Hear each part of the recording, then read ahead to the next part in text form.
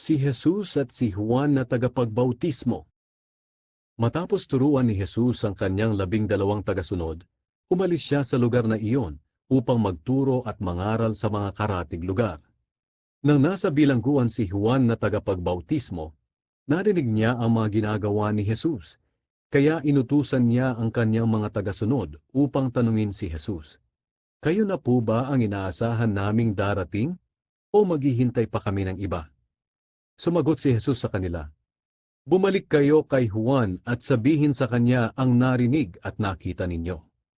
Nakakakita ang mga bulag, nakakalakad ang mga lumpo, gumagaling ang mga may malubhang sakit sa balat, nakakarinig ang mga bingi, muling nabubuhay ang mga patay, at ipinangaral sa mga mahihirap ang magandang balita. Mapalad ang taong hindi nagdududa sa akin."